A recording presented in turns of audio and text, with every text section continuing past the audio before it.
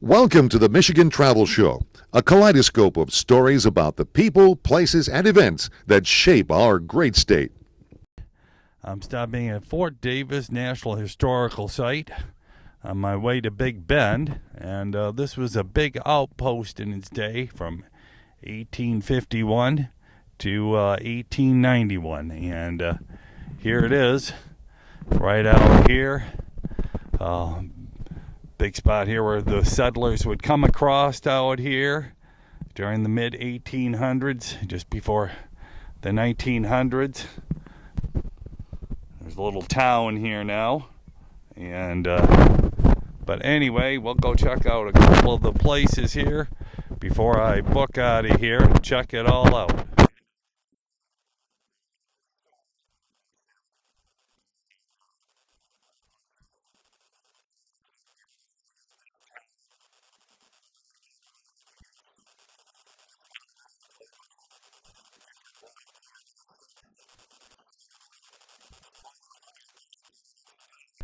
Frontier medicine was not as primitive as one might imagine.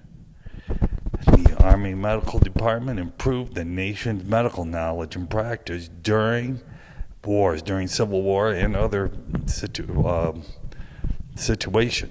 Medical knowledge, so did the need for dedicated professional staff. 1886, Congress created the Hospital Corps unit of enlisted men trained as hospital attendants, stewards, nurses, and cooks. Yep. Before the hospital, people worked at the hospital without any specialized training.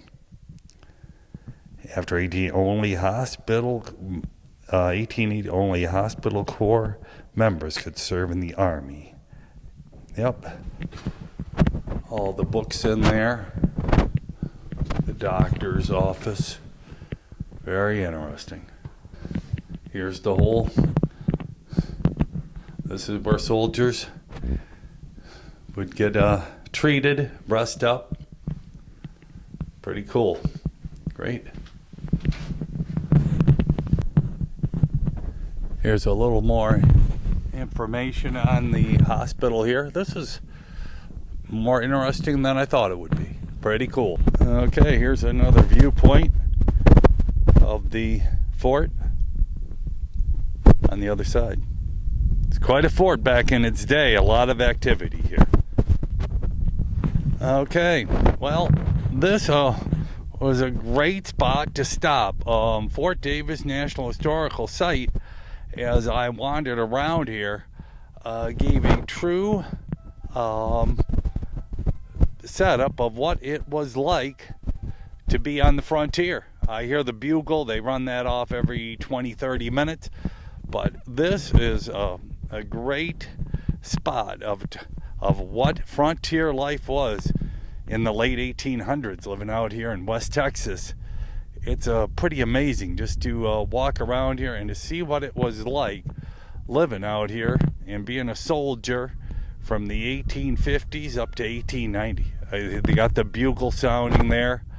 This is pretty cool. Run by the Park Service, one of those 423 sites run by the Park Service. I'm truly impressed about coming here.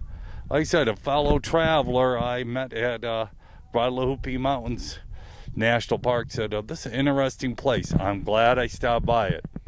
Really gives you an insight of what it was like to be here, you know, back in the 1850s, 1860s, 1870s.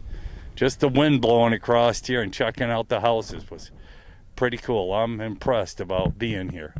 Well, the National Park Service, the untold story of American history, definitely in work here at. Okay, there was Indian camps out here before the fort was established, and this is what the Indians used as their shelter for food and shelter. They would put hides over it to protect it some more. Here was a placard on it. Food and shelter. As I'm getting ready to leave the fort here, I'm hearing them playing patriotic music and music from bugles that would have been around. But this is a food and shelter for the Indians, the Apache, when they were here before the fort. And the troops, when they first had contact with them in 1849, they had to make an escape out of a valley somewhere near here. And for 18 miles, it was Saturday, March 17th, 1849, along the Indian Trail, and they got out of here. But interesting deal. This is definitely a place packed with American West history.